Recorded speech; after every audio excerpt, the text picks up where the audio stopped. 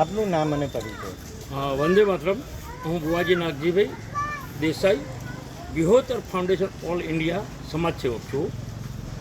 આજે નિર્ણયનગરમાં શું કહે સેક્ટર ચાણક્યપુરી સેક્ટર 1માં પ્રોબ્લેમ છે.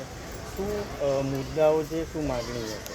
હવે મુદ્દામાં તો એવું છે કે ઘણા વર્ષોથી ભાજપ સરકાર આપણે અહીંયા ચૂંટાય છે અને આ વર્ષે પણ સારા એવા વોટથી, ચાહે વિધાનસભા હોય કે વોર્ડ હોય, તો ઠેક દિલ્હીથી આપણી અહીંયા ઠેક તાલુકા પંચાયત હોય કે કોર્પોરેશનથી ઠેક દિલ્હી સુધી હોય, તો આજે ભાજપ સરકાર છે એટલે ટોટલ લોબી છે એમની.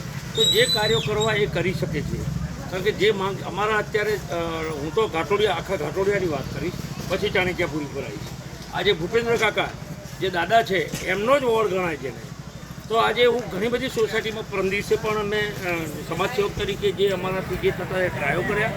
પણ પહેલાં એ લોકોને પ્રી મોન્સૂન્સની ખબર કેમ નથી પડતી કે જ્યારે વરસાદ આવવાનો છે તો એમને પહેલેથી પ્લાનિંગથી ચાલવું જોઈએ ને.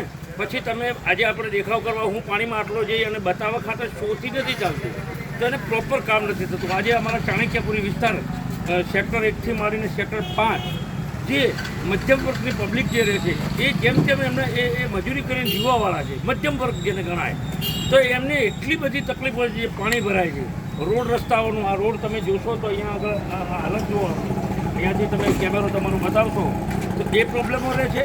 અને અમે પરમેનન્ટ 360 દિવસ રસ્તાનો બી પ્રોબ્લેમ રહે છે, ટ્રાફિકના પણ રહે છે, અને ગટરો તો 360 દિવસ ઉભરાતી જ હોય છે. તો મારા એક સમાજસેવક તરીકે ગણો કે હું ભાજપ સરકારને પણ હું કહેવા માગું છું કે પબ્લિકે તમને વોટ આપીને ચૂંટીને મોકલ્યા છે. હું અહીંના કોર્પોરેટરને પણ કહેવા માગું છું, તો તમે કેમ સરકાર સુધી વાત પહોંચાડતા નથી? આવી અમારી માગણીઓ છે. એક બીજી બી વાત ચાલી રહી છે કે અહીંયા ઓએનજીસીની લાઈન છે, તેને લઈને ક્યાંક ને ક્યાંક રોડ બનાવવામાં મુશ્કેલીઓ પડી રહી છે. તો આપ શું કહેશો?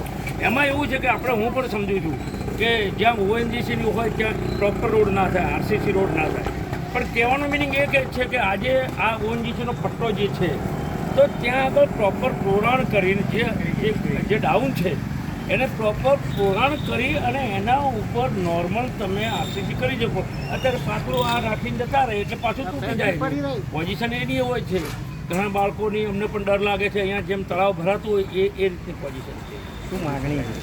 માગણી અમારી એવી છે કે જો આ વખતે આનું પ્રોપર કામ નહીં થાય તો આવનાર સમયની અંદર ભાજપને આનું ભોગવવું પડશે. અને ટોટલ વોર્ડનું, ઘાટોડિયા વોર્ડનું તો ખરું, પણ ચાણક્યના જેટલા વોર્ડ તેનું નુકસાન પડશે. બેન આવી જાઓ તમે.